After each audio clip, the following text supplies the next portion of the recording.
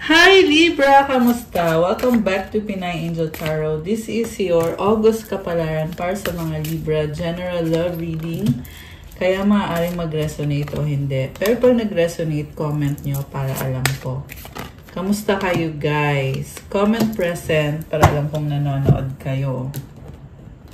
Private relationship. Depression. Fighting for what you love. Claiming what's yours. Love is a battlefield. Getting played, manipulation, lies, control. Investigating. Alam mo, Libra, malungkot ka ngayon kasi napunta ka sa maling tao na kinokontrol ka lang. And pinaglalaban mo lang naman yung sarili mo kung ano yung makakabuti para sa'yo. Pero hindi ka na masaya. Kailangan mo ding i-heal yung sarili mo. Kailangan mo ding prioritize yung sarili mong happiness. Actually, sa nakita ko, mukhang na-stuck ka sa isang sitwasyon na yung taong kadil mo ay very toxic and kinokontrol ka. Okay? So, private relationship. Malungkot ka eh. There's another person na mahal mo. Okay? Pero, na-stuck ka dito sa nagmamanipulate sa'yo. Alam mo, the more kasi na iniisip mo na minamanipulate ka, the more ka na naaapektuhan na nagkakaroon ka nitong depression, nag-overthink ka, hindi maganda yung energy mo. So, you have to detach yourself. Una sa lahat, tanggalin mo yung sarili mo sa sitwasyon na yan.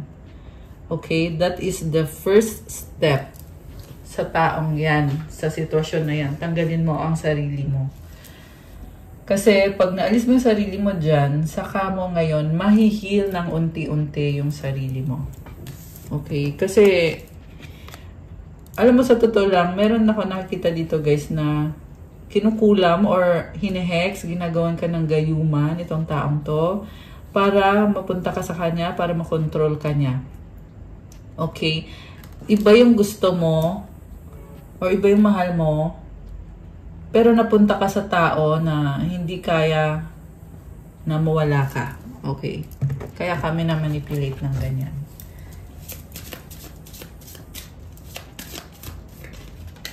Uy, may nalaglag na card. Envy. Sandali lang, guys. Trash yung nalaglag. Throwing away, getting rid of, tossing out. Hindi maganda yung mga energy sa paligid mo ngayon. Kailangan mo munang mag-focus sa sarili mo. I don't want to hear it. Destroyed, shattered, broken, fucked up. So, ang tanong ko sa'yo, naniniwala ka ba kay God? Kasi, you need to be connected to the divine para masimulan mo yung healing mo. Okay? So, easier said than done, guys. So, ang masasabi ko lang kayo naman ang makakaayos ng sarili nyo. Diba? Sarili mo yung buhay, ikaw lang din ang what I'm saying is hawak mo yung kapangyarihan para ayusin ang buhay mo, baguhin ang buhay mo. Tsaka, nagmamatter yung the way ka mag-isip, kung anong pinapasok mo sa isip mo, talaga nagmamatter yan. So, it's like the divine is telling you to be mindful kung anong pinapasok mo sa kaisipan mo, kung ano yung iniisip mo. Kasi, realidad din yan eh. Okay. We have partnership, joining forces with business partners for win-win cooperation. Prioritize your connections. Surprise, unexpected turn can bring positive change. Be ready for change. Investments made will have positive results that will bring prosperity. Invest wisely. Okay, so iniisip mo kung saan mo ilalagay yung kaperahan mo. Sinasabi dito, maging wise ka sa paglalagyan mo ng kaperahan mo. Ano pa? Mensahe for Libra. Love affair. Beware. Love affairs at work rarely and well. Don't lose your mind. Okay. Meron kang karelasyon sa work. This could be a third-party situation. I mean, yeah, yun. Third party. Resources. Be grateful for what you have and save something for the future. Use wisely as needed. Okay, guys. So, ano bang nangyayari dito kay Libra? Wrong decision.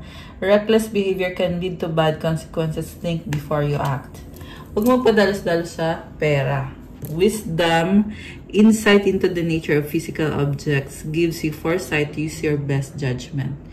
Ayan. So, tingnan natin from the tarot. Ano ba mga energies connected sa'yo at sa taong kadil mo? Okay. Okay. So, tingnan natin. Anong intensyon ng taong kadil mo? Anong intensyon ng person ni Libra?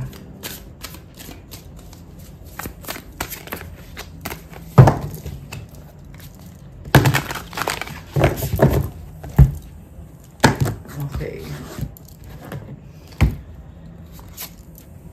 Two of Wands. Okay, hindi niya alam kung anong gagawin niya. Pero, may nakita akong travel. Meron siyang pinag-aaralan na gusto niyang mapunta sa isang lugar or sitwasyon. This is someone na indecisive. Okay? Parang dinededma ka, nakatalikod sa'yo. The Sun. Okay, what crosses this person is the Sun. New beginning. May opportunity sa inyong dalawa. Okay. Wow. Yan, napansin ko yung unicorn. Alam mo, nakikita ko dito sa taong kadil mo, baka may kadil kang fire sign, Aries, Leo, Sagittarius, or someone na very fiery, passionate, unique, with this unicorn energy. Ayan, maganda yung energy. What lies above is the Ace of Wands, Four of Wands, Three of Cups, the Wheel of Fortune. Oh, wow. Grabe.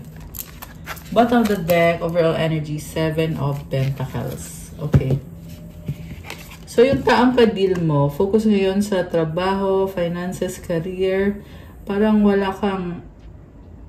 Parang, ano nakita ko dito? Masyado siyang focus sa sarili niya. Wala siyang binibigay sa'yo. Okay? Kasi feeling niya na hindi pa siya okay career-wise or sa stability niya, sa finances niya, hindi pa siya fulfilled or on the process pa. Inaayos niya yung buhay niya. May mga problems siya eh, sabi dito. And yung problems na yun maaaring connected sa ibang tao na naiinggit sa kanya. Okay? And siya mismo, meron din siyang past na hindi maganda nangyari sa kanya na hoping siya na maayos niya yung sarili niya. Ayun, yun yung pinaka overall energy niya dito. So, ayan, yun yung pinaka priority niya. So, also, merong relationship na nakita ko between you and this person. Sobra yung attraction sa inyo, strong attraction.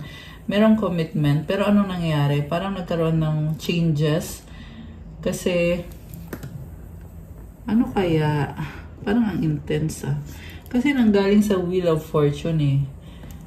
So, ibig sabihin, matagal mo nang kilala to, tas nagkaroon ng ending sa inyo. Kaya ngayon, ito siya, very independent yung nakikita ko. Parang, tingin niya ngayon sa'yo is friend. Ayan.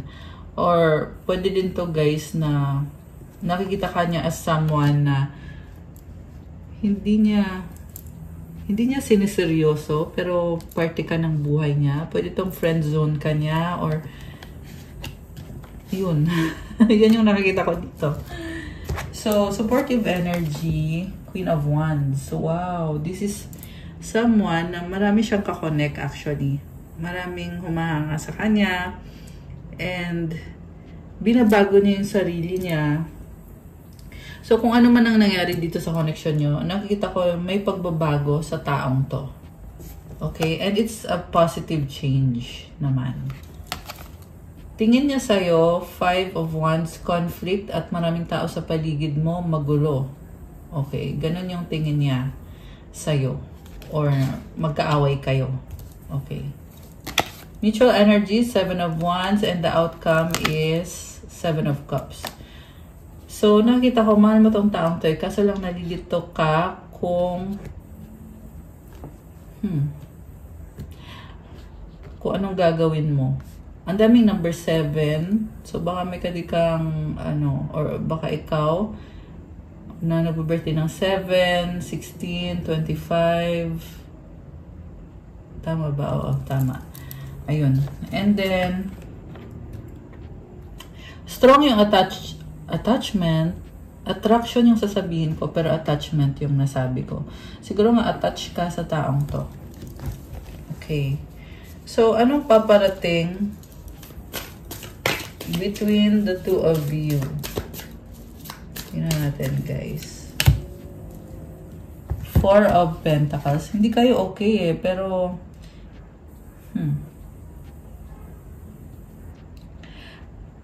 this person is parang may siya, may mga bagay na ayaw na sabihin. So, feel ko may mga changes. Ayun, sabi ko na eh. Ending. 10 of Swords. Nagkaroon ng ending dito. And itong taong kadil mo ngayon ay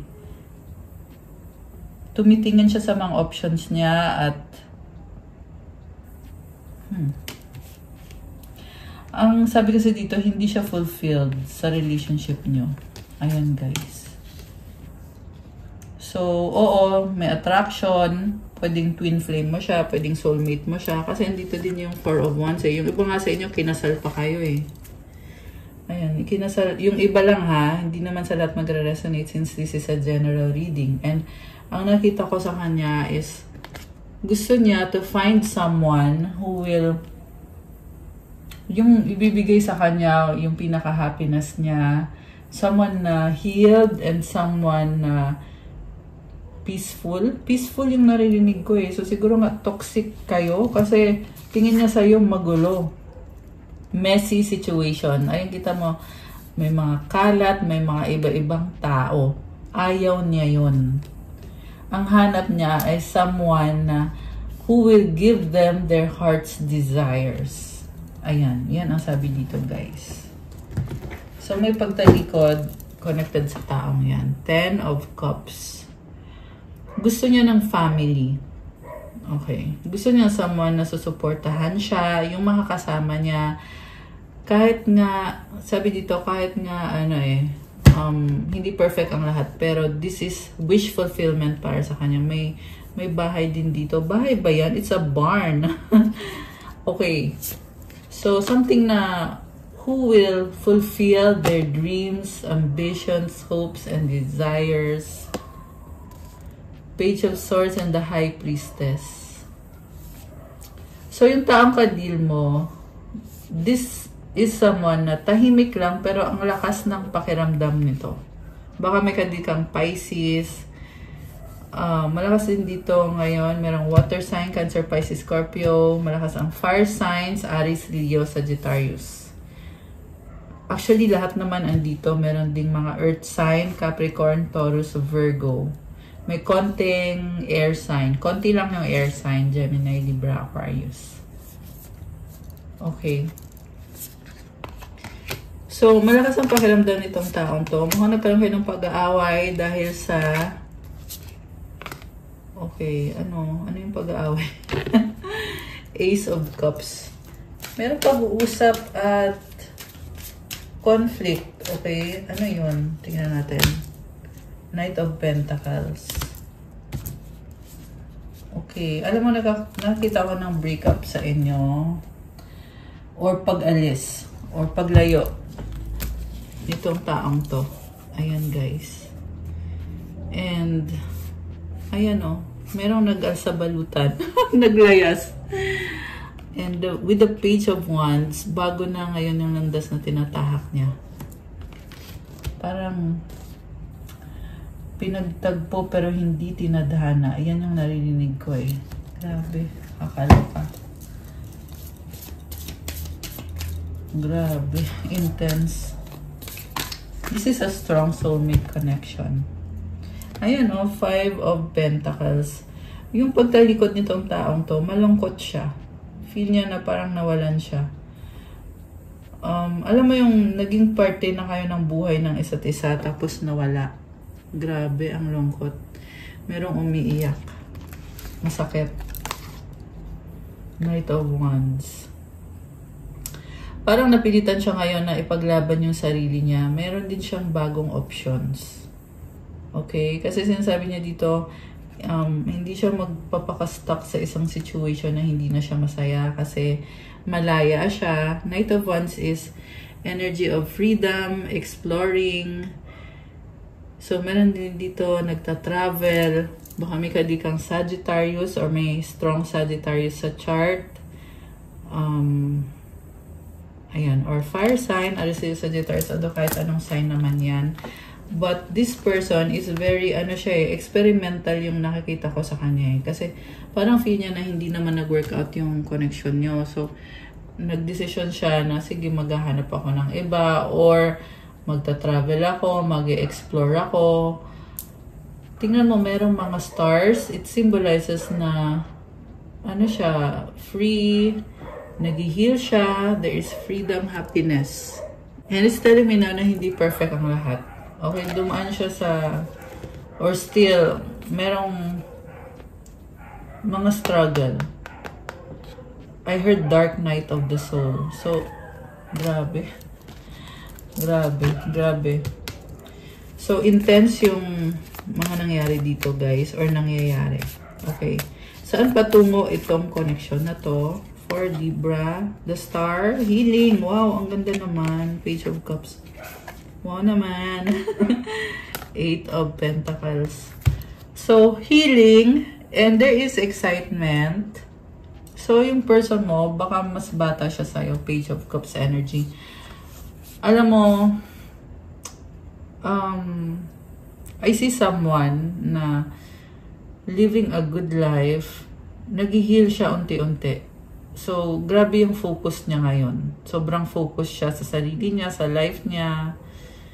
And this is also someone very spiritual na talagang malakas siya kay God, okay? King of Wands. Oh, Emperor. Oh my gosh. Hierophant. Alam mo, nakikita ko dito, strong yung attraction sa inyo. And, yeah, baka makadin mo yung divine feminine mo. Nakikita ko dito, you want to get married, okay?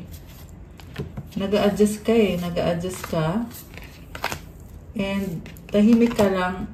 Nakita ko, okay, walang gender dito una sa lahat. Pero, may nakita ko dito, the Emperor is a creator. Someone na alam mo kung anong gusto mo, you create. You are strong, una sa lahat. Okay, you are very strong, Libra. Hawak mo, actually sinabi ko na to kanina hawak mo yung kapangyarihan para baguhin ang buhay mo or para to claim what's rightfully yours. Yun yung naririnig ko okay? So siguro nga gusto mong i-claim itong connection na to. Pero at the same time, nakikita ko may fear sa'yo, on your end, in-overthink mo masyado kasi nasaktan ka. Okay? Nasaktan ka so kinakalma mo yung isip mo, binabalanse mo. Okay? Anong outcome dito sa connection na to? 6 of Wands. Victory and the Chariot. Okay. May pag-travel. Ang nakita ko dito, strong pa rin yung attraction sa inyo and yung ang nakita kong victory is like, di ba may conflict sa inyo? So, ma-overcome yung conflict. Pwedeng magkaroon ng kapatawaran and ng peace. Ayan, merong rest dito. So, yun yung outcome. Kuha tayo ng one more card. Oh, the Devil. Merong ibang involved dito. May ibang involved. So, ayan, kailangan nyo ding ayusin to, guys. Merong toxic na involved So, tao ba yan o sitwasyon? Pero, syempre, tao yung nakikita ko dito. May toxic na tao na kinokontrol ka at kinokohanan ka, especially sa pera. Okay? Merong nanghihingi ng pera. And, sabi dito, napaka pangit ng energy. Natatawa ako kasi, pangit kasi talaga eh. Tingnan mo naman yan, oh. Parang minamanipulate ka through the emotions. Doon ka tina-target. Okay? So, ibig sabihin, actually nga sabi ko na eh, kailangan mong layuan yung taong yan. Kasi ang bigat. Mabigat talaga. Yan talaga yung nakita ko. Tapos, kinukuhanan ka pa ng pera. Ayan, o kung anong biyaya man yan. Yung basta nyo baka may anak, so ginagamit yon dahilan. Okay, para, yun. So, this is also something na kailangan mong i-heal sa sarili mo. The Tower. Ayan, merong nag-hex sa'yo, merong bad energy dito, kaya kailangan mong i-heal yung sarili mo. Queen of Cups, the Empress. Okay.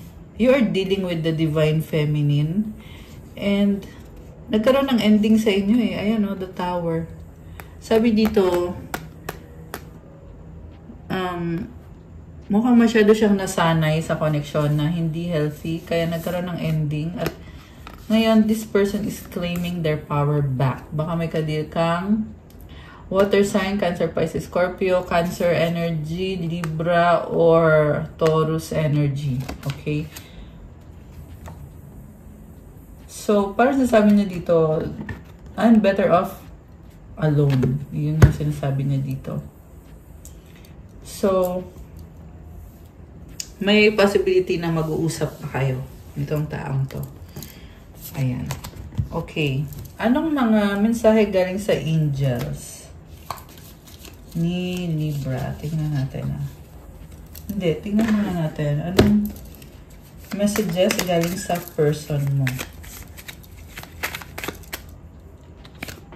Nag-iisip, ayoko, akin ka lang, possessive. Okay, ano pa? Ay, may nag-flip. Iniwan sa ere, hanging, you're special, mahal kita, I love you. Secrets, nagtatago. Okay. Okay. So, inaayawan ka nitong taong to. May issue ng jealousy or pagiging possessive, separation. Ayan. So, again, nakikita ko yung ending sa inyo nitong taong to. Kasi feel niya na naiwan siya sa ere or iniwan ka niya sa ere. Mahal kita. Secrets.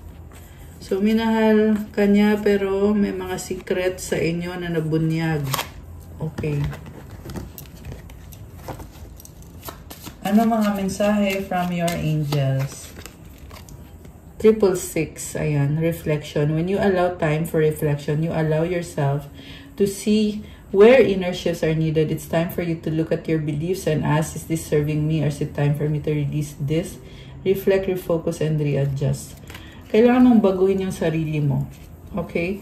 Okay lang yan, guys. Natural lang yan. Kung may pagkakamali ka, baguhin mo yung sarili mo. Diba? Yun lang yung solusyon doon. Kesa naman,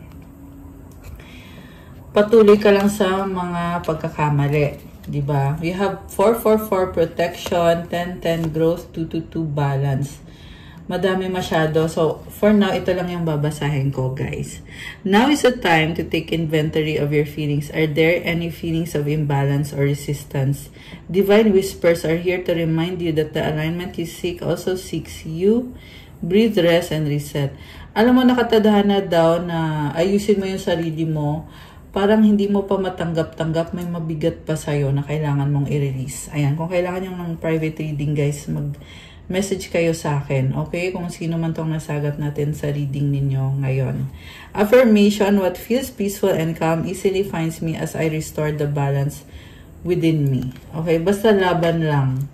Kasi, you need to do the work. Ikaw lang ang makakagawa niyan para sa sarili mo, Libra. Ayan. Okay, guys. That's all for our... wait. nakalimutan ko, kukuha kita ng mensahe galing sa universe. Ano ba? My energy creates my reality. What I focus on is what I will manifest. Saan mo daw fino-focus yung panahon mo, yan din yung nangyayari or namamanifest mo. So, pag-isipan mo kung saan mo ba nilalaan yung panahon mo kasi yan daw yung namamanifest mo. Make sure na yung pinaglalaanan mo ng time mo is worth it at nakakabuti yan para sa'yo. Ayan. May mga nakikita kong stars para sa'yo. Ayan, may mga stars dito. So, manifest wisely. Ayan. Okay, guys. Thank you, Libra. That's all for your August Kapalaran. Please like, comment, subscribe, hit the notification bell. Kung kailangan nyo ng gabay, kung nag-resonate at kailangan nyo ng more information, pwede kayong magpa-private reading. Message nyo ako sa Viber or sa WhatsApp. Nasa description box po yung contact details. Check out my Instagram if you want to start your crystals journey. May mga crystal bracelets infused with special prayers and mantras. Thank you, Libra. Have a good day. God bless you all. Stay safe. See you again soon. Love you guys. Good night and God bless. Bye!